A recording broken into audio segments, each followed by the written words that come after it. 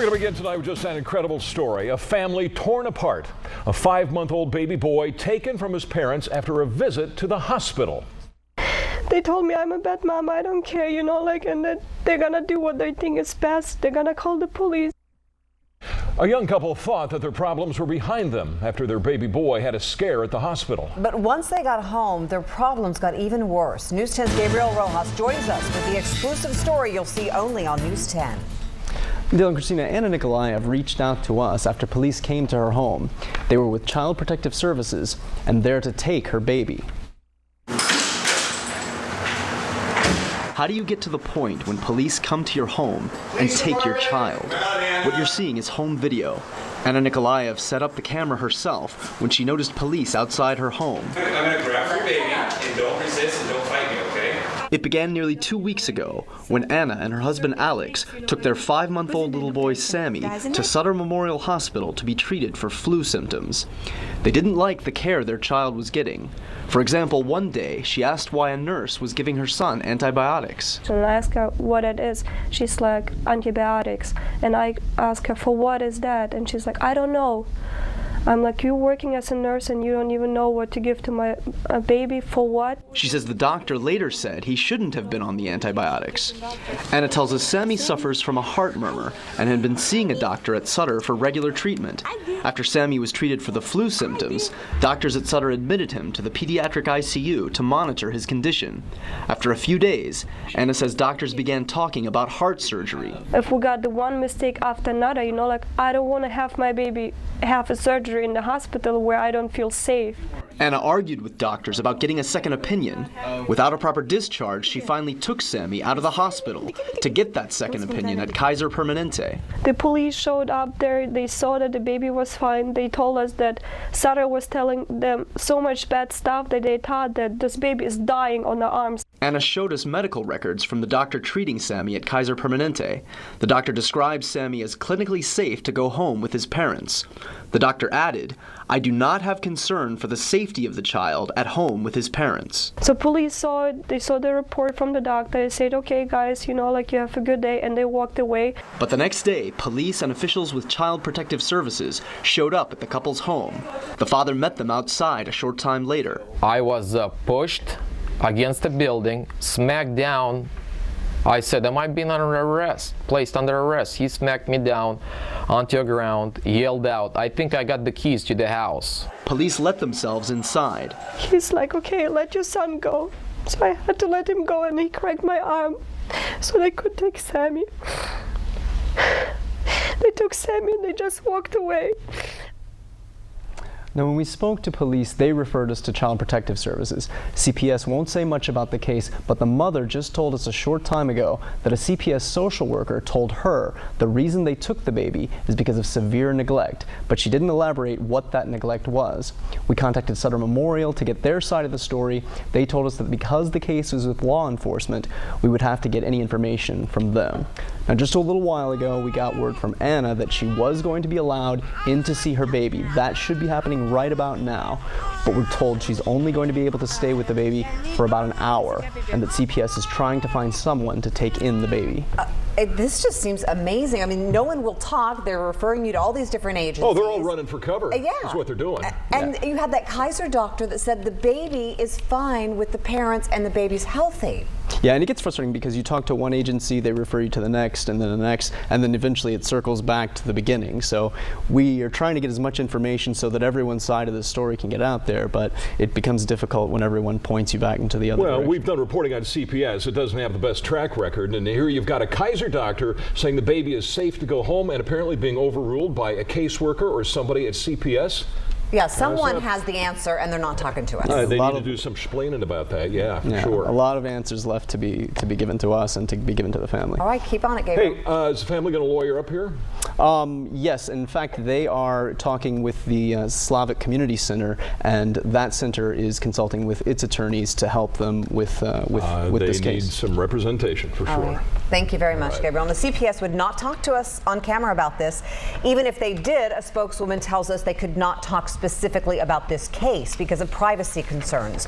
Laura McCaslin would say generally when it comes to medical care for children, it takes direction from the healthcare providers. Again, we have that Kaiser doctor saying the baby was safe to go home. Keep it on News 10 for continuing coverage of this case.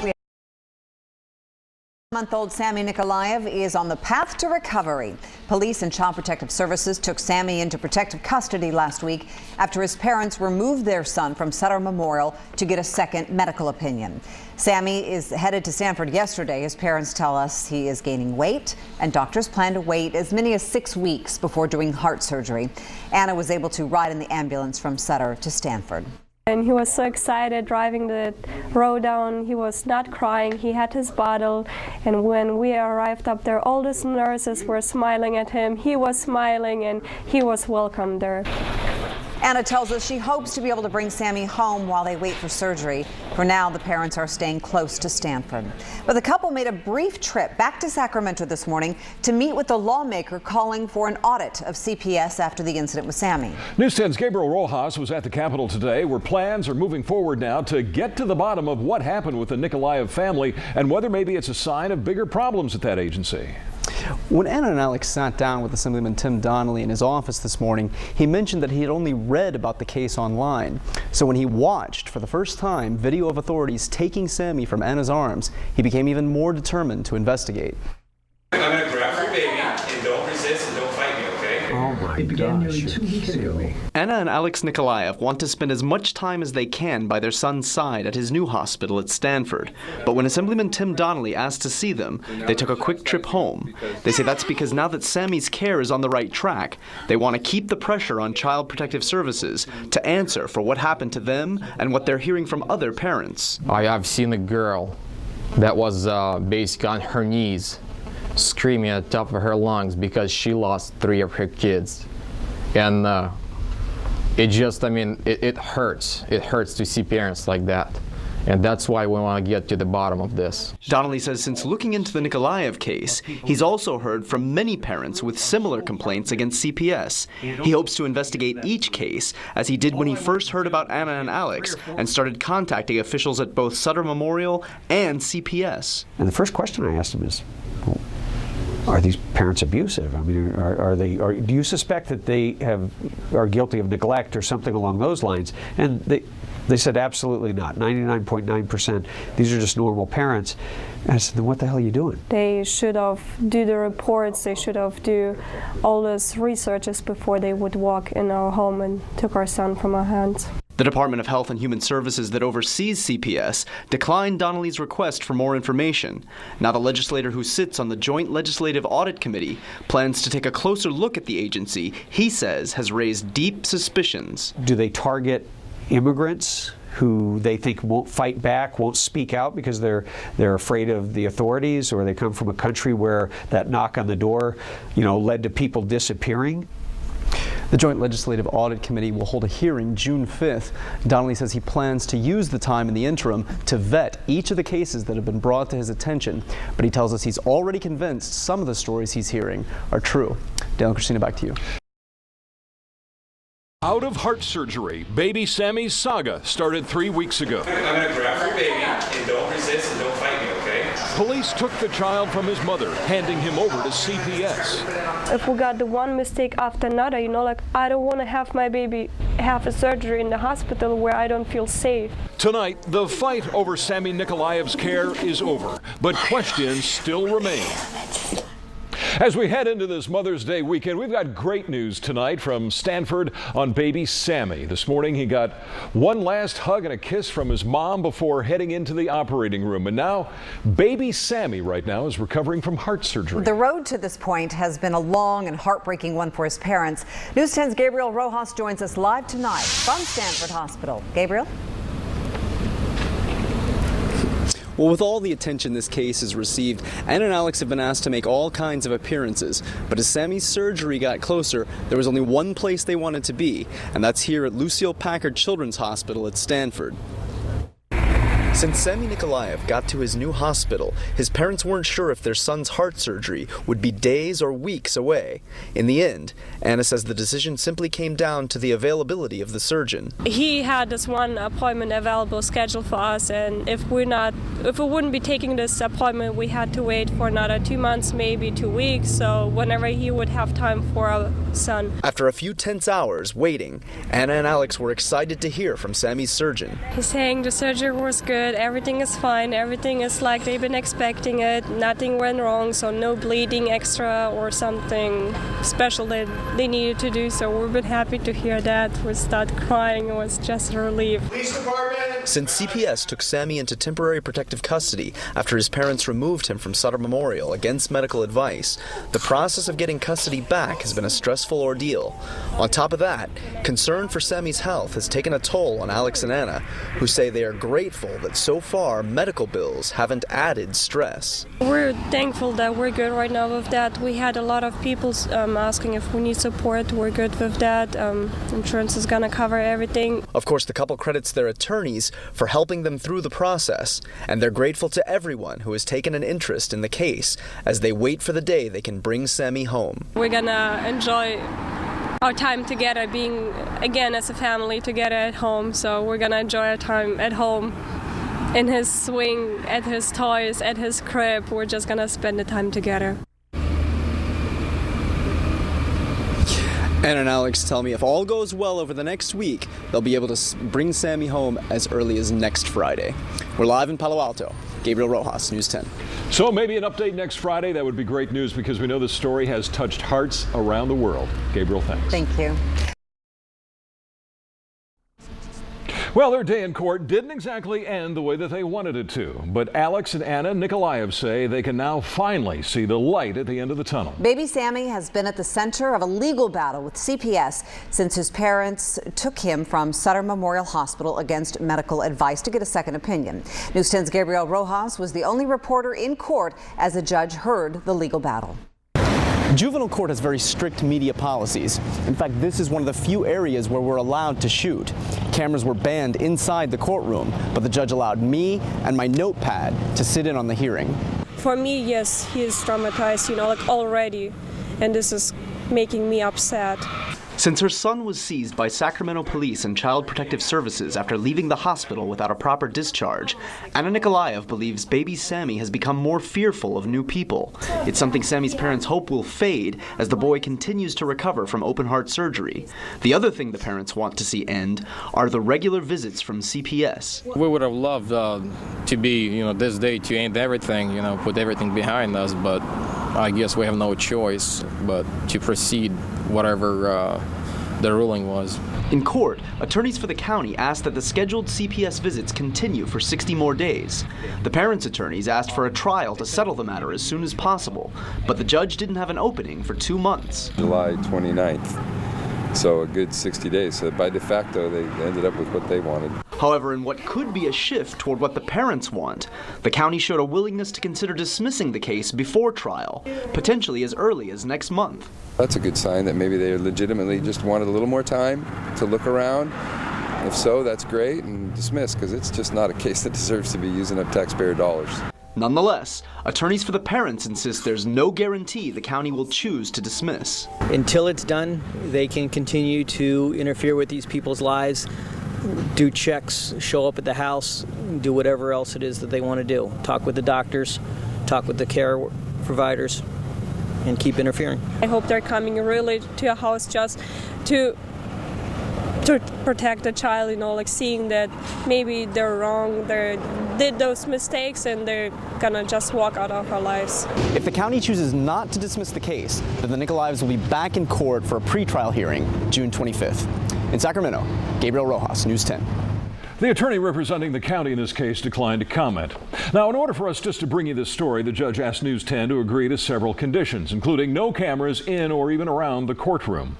Even outside of the courthouse, we couldn't show the front door, and we had to agree not to use anybody else's footage, like cell phone footage, if it was shot in violation of the same rules. 6 months old, but baby Sammy Nikolayev is quickly becoming the face of a revolution. Sammy was at the Capitol with his parents and legislators. And those legislators are calling for an audit of CPS after the agency took the boy from his parents. News 10's Gabriel Roxas was there when lawmakers heard from Sammy's supporters. With baby Sammy back with his parents, the Nikolayevs could have stepped out of the limelight, but they took their case to the Capitol, they say, with the hope of helping other parents. Big thank you for News 10, who brought us up, who picked it up, and who was helping us with that. That's a big thank you.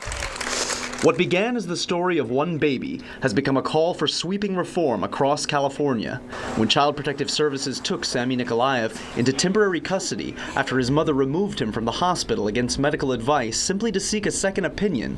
Assemblyman Tim Donnelly called for an audit of CPS.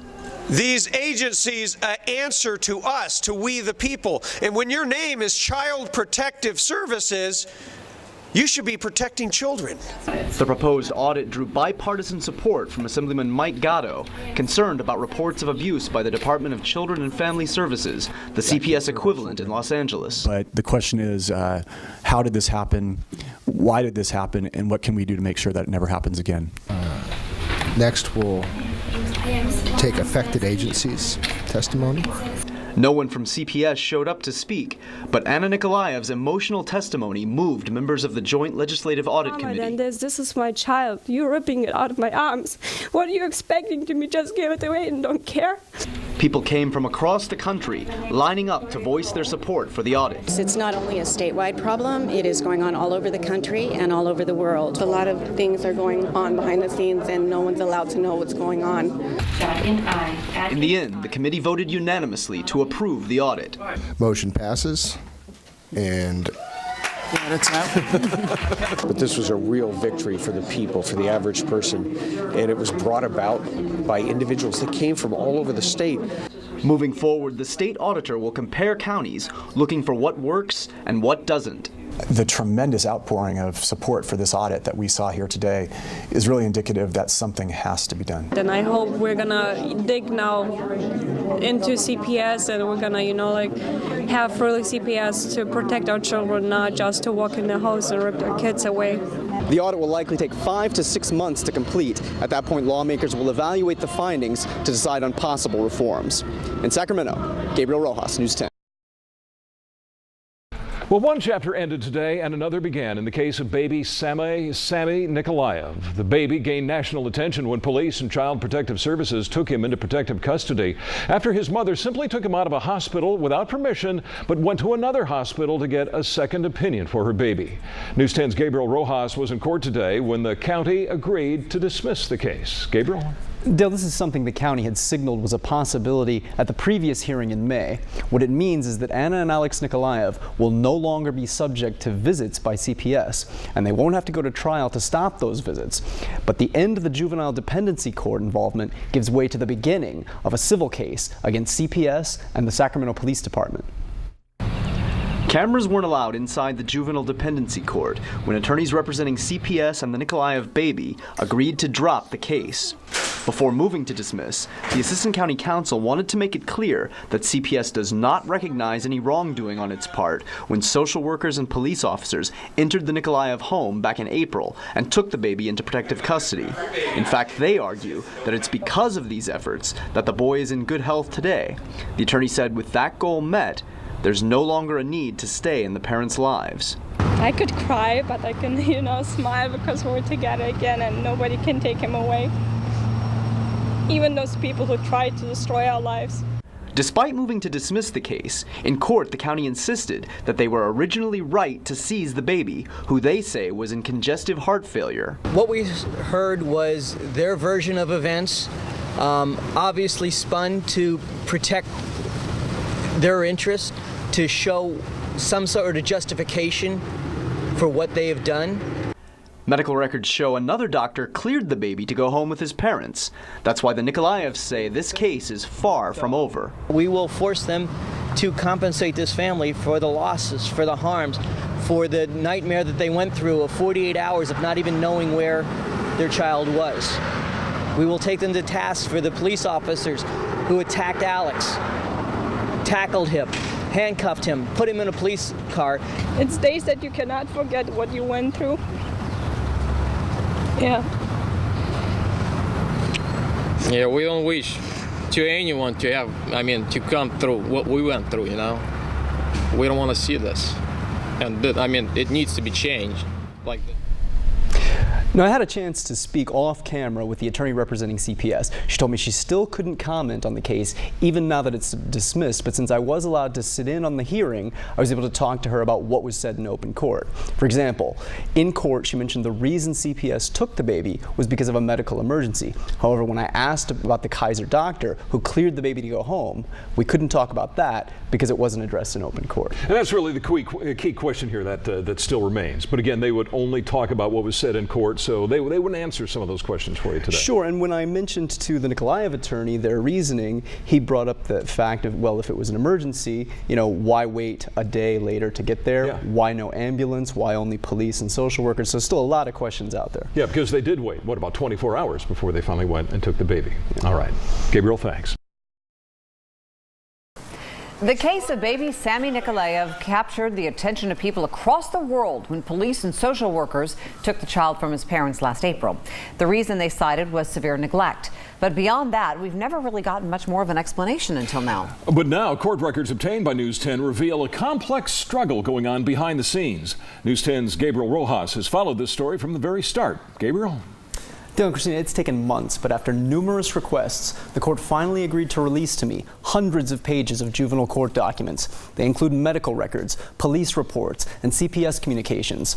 The judge who authorized their release noted the public interest in the case, as well as the statewide audit it prompted. Contained within these pages are some of the answers to the questions we've been asking since the beginning. Police department, come out, Anna. Why? That's been the key question since Anna and Alex Nikolayev showed the world this home video they shot of Sacramento police and CPS social workers entering their home April 24th and taking their son, Sammy. I'm gonna grab your baby and don't resist and don't fight me, okay? For months, doctors had been worried about the boy's condition, noting Samuel continues to be in congestive heart failure. His weight gain has not been adequate. The doctor goes on to write, "We may have to intervene surgically sooner than we hoped for." On April 16th, Anna brought Sammy to Sutter Memorial Hospital's emergency room with the flu. Doctors made a disturbing discovery. Quote, 2 weeks ago, they went on vacation and forgot his medicines, but since he seemed to be doing fine, they left him off of them. Further noting, quote, the cardiologist did not tell them to stop the meds. Over the course of several days, the Nikolayevs argued with hospital staff over what to feed the baby and whether to allow doctors to insert a feeding tube. Sammy also suffered from a hernia, and documents show Anna claimed, quote, if she placed coins on both sides of his hernia, it will go away. When News 10 first met Anna, she described how difficult these days were, especially after doctors began pushing for surgery. If we got the one mistake after another, I don't want to have my baby have a surgery in the hospital where I don't feel safe. All along, we've known Anna removed Sammy from Sutter without a proper discharge, against medical advice. A Sutter social worker called the police to find them. Officers met the Nikolayevs across town at Kaiser Permanente. But CPS records show when a Sutter social worker learned that Kaiser had released Sammy to his parents, she, quote, expressed frustration at this because the child needs immediate follow-up. Kaiser records show both hospitals communicated with each other about Sammy's care. A Kaiser doctor specifically noted, I do not have concern for the safety of the child at home with his parents. However, the Sutter social worker told CPS she was unable to get, quote, any treatment or discharge information from the child's Kaiser emergency room visit. On April 24th, CPS began a rapid investigation and received a letter from one of Sammy's cardiologists who wrote, the child remains at risk for failure to thrive, dehydration, developmental delay, and death. CPS decided to place Sammy in protective custody and called police, and that's what led to this moment. After Sammy returned to Sutter, the Nikolayevs went public with their experience. The couple has credited public scrutiny for getting their son to Stanford, where he finally received his heart surgery. And since the release of the court documents, the Nikolayevs have filed a claim against Sacramento County that seeks an unspecified amount in damages. A spokesperson for CPS cited that claim as reason why they could not comment specifically about this case. We also asked the Nikolayevs to comment on the information revealed in the documents. Their attorney declined our request for an interview. We should note that among these documents are objections by both Anna and Alex Nikolayev, in which they insist much of what's in here relies on hearsay materials. And in my most recent exchange with Anna, she wrote in a Facebook message, quote, "They've been lying from the beginning, so that's nothing new to us." As for Sammy, the family tells us he's growing up fast, he recently became a big brother, and he'll turn 1 year old later this month. Wow, boy. You know, we knew from the start, that this wasn't a case of Sutter just taking the baby away for no reason. We just couldn't get the information on what the reason was or why they were doing it this way. But you can see where there were, cultural miscommunications, medical miscommunications, and yeah, I mean, but there are some reasonable reasons there. Yeah, we had always heard severe neglect. This really kind of flushes out what they were interpreting as severe neglect. What they were saying was the evidence that they found of severe neglect. So this really kind of gives us a better picture of what their thinking was, what their reasoning was. Yeah, CPS had reason to be concerned about the baby's health. The third part of this, though, is kind of the strong-armed way the baby was taken away from the family. That's upsetting to a lot of people, that maybe there was a better way to handle that moment when you go into someone's house and take their baby. Yeah, there's always going to be areas here that the sides just are not going to agree. But I think when we see those pictures that Anna just sent us in, the recent pictures of Sammy, the one thing on which we can all agree, it's just great to see that baby healthy and doing well. Exactly. Absolutely. All right. Thank you, Gabriel.